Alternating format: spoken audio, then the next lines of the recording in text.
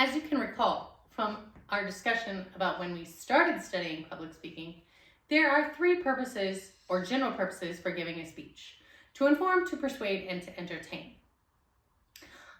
I, Dr. Heidi, am going to use O'Hare and Rubinstein's Pocket Guide to Public Speaking, 7th edition presentational aid to go over the principles of persuasive speaking with you.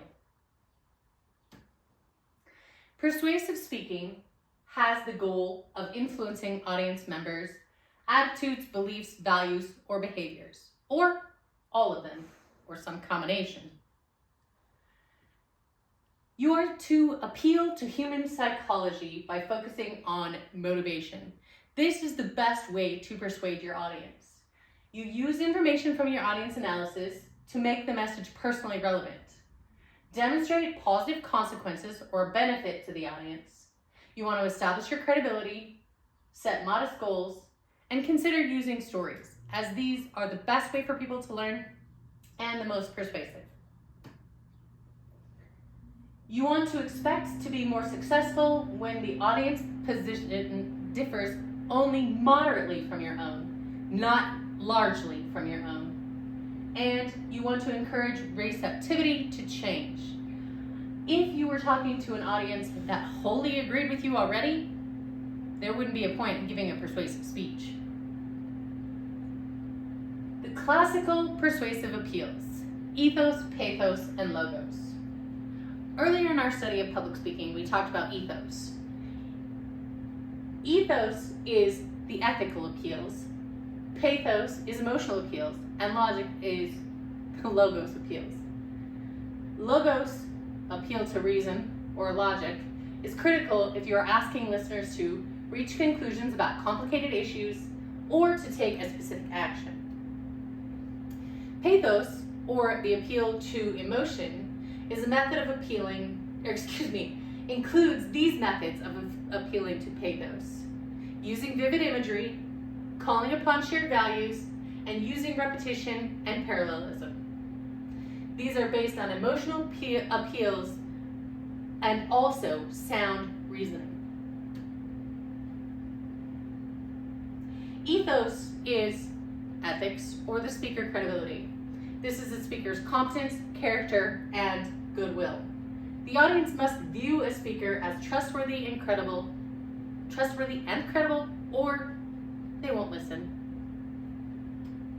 If they think you are trying to deceive them, they will find every reason to prove your deception. They will not find a reason to prove that you are not deceiving them.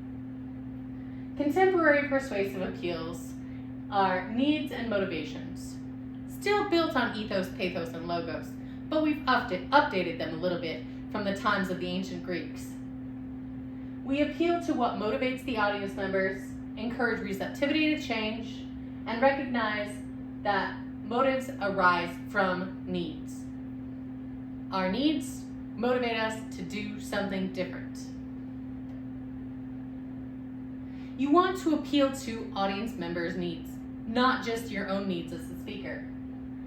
We can use something called Maslow's hierarchy of needs, which has lower levels of the psychological and safety needs that should be met first, and higher levels, including the social, self-esteem, and self-actualization needs. These are considered unimportant until the first two are met. If you have not seen Maslow's hierarchy of needs, you should go ahead and look it up. It comes in a pyramid-type format. You want to appeal to the physiological needs. Physiological needs include things like food, water, and air. Safety needs are when someone feels protected and secure, and appealing to safety benefits. These include things like shelter.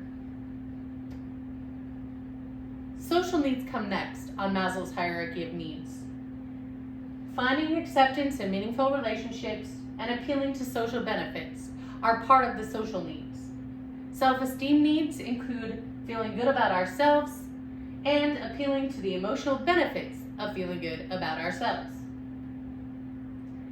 Finally, at the very top of Maslow's pyramid or hierarchy of needs is the self-actualization needs. This includes achieving goals, reaching our potential, and appealing to the need to fulfill potential. This is what you do when you are trying to persuade your audience. You can also encourage mental engagement within your audience. The elaboration likelihood model of persuasion, ELM, focuses on central processing.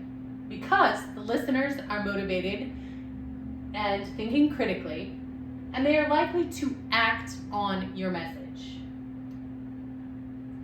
ELM includes peripheral processing, which is when listeners consider your message, if they consider it irrelevant, too complex to follow, or unimportant. You need to make sure at the very beginning of a persuasive speech, that the audience knows why they are listening and what is important to them. Then you must maintain this persuasive message throughout so that your audience becomes persuaded to change their attitudes, values, or opinions, or take some sort of action at the end of a persuasive speech. Encouraging mental engagement also includes linking arguments to listeners' concerns and demonstrating common bonds. When you're trying to demonstrate speaker credibility or ethos or ethics, there are stages during the presentation. First, there's the initial credibility. This is your reputation, your appearance, and your nonverbal behavior before the speech even begins. Your derived credibility comes from quality, skill, and competence in the information that you are presenting and how you're presenting it. Then we have terminal credibility. This comes at the end of the speech, so there has to be strength in your conclusion and your overall performance. There are many things that go into giving a persuasive speech, and I'm sure you've heard lots of persuasive speeches in the past. In fact, they're probably one of the most popular types of speeches, and maybe the easiest to give because you've been persuading people all of your life. But make sure you follow these principles and guidelines if you want to give the most persuasive speech possible.